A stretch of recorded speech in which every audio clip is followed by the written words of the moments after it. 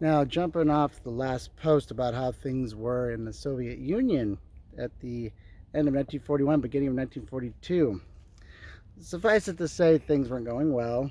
There was one blunder after the next, and we're going to fast forward a little bit, all the way to May of 1942. Now, the British had been saying to the Russians, "Hey, we're in this with you. We're right alongside you. We're allies through and through. We'll fight along all the step every step of the way." Well, Stalin had every intention of calling them on that. Now, what he did is they sent Foreign Minister Molotov over to London to meet with Churchill. Now, there was some concern about that, how it was going to work. So he actually went out there, and Churchill, in a gesture, he actually let Molotov, because Molotov requested to be outside the city. He didn't want to be in the city; he wanted to be somewhere in the countryside. And so what Churchill did is he lent Molotov his personal place of Chequers, as it's called, and his own personal estate. And Molotov was kind of not really impressed by it, because he thought these are kind of second-rate buildings kind of thing. Whereas because I guess they were comparing it to the fact that he worked in the buildings that were built by Catherine the Great, so I guess they were a little more particular about that. Then there was a lot more spectacular glamour, I guess, or more panache, I guess, in the old Tsarist Empire. They put a lot of money into making things look good. There's a reason why they collapsed. But when he was there, one of the main things Molotov remembered, well, first off, they did was they had all the guards. They got keys to every single room in the house.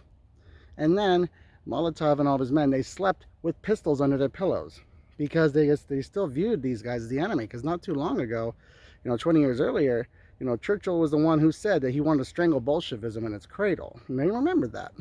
And so the British maids were a little confused of why they're finding pistols under people's pillows. But of all the things for Molotov to come away with from that visit, the first time in London, was the fact that he was very particular about bathrooms. Yes, bathrooms. Where he was all bent out of shape because the bathroom in the place where he was at didn't have a shower. That was a serious problem. He just couldn't get over it. He didn't like that at all. And so he just kind of turned his nose up on that for that reason alone.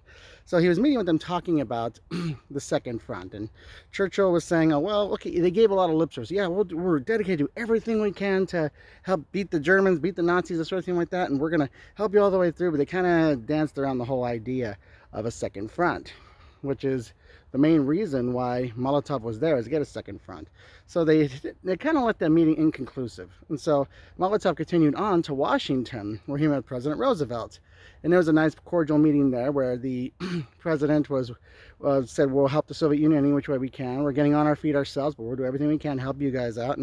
And ironically, the part of the visit that Molotov liked the most was actually the bathrooms in the White House, because he had a shower, so he was quite happy with that. So we all have our little quirks, I guess. I know we all have them. Like for me, I like to have all the light switches off in the same direction, and one's up, one's down. I will walk to the other side of the house, flip that switch on, so I can come back and make sure they're all straight. So don't tell me you don't have quirks, because we all do.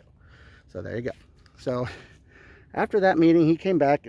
Stalin had Molotov come back again through London, and this time the visit was a little bit different. It was more of a building of relationship of trust, as I heard it called one time, where Molotov actually shook hands with Churchill, and they felt like a sense of camaraderie there.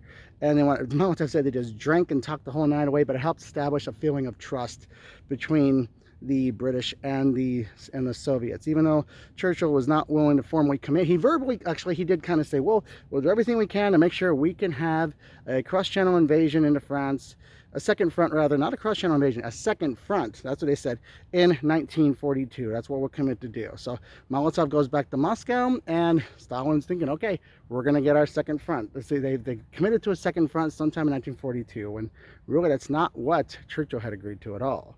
Because Churchill was very reluctant to commit large land armies, largely because, and you'll see this further down the road, especially when you get to Operation Overlord, where Churchill's really dragging his feet on the whole thing, because he was the one, once again, who was in charge of what became the biggest disaster in British military history at Gallipoli in 1915, where they sent all these men to their deaths needlessly when it became a complete debacle. And he's so determined to prevent that he's really reluctant to commit British land forces again. So we'll come back to more on that as we go. So there you go.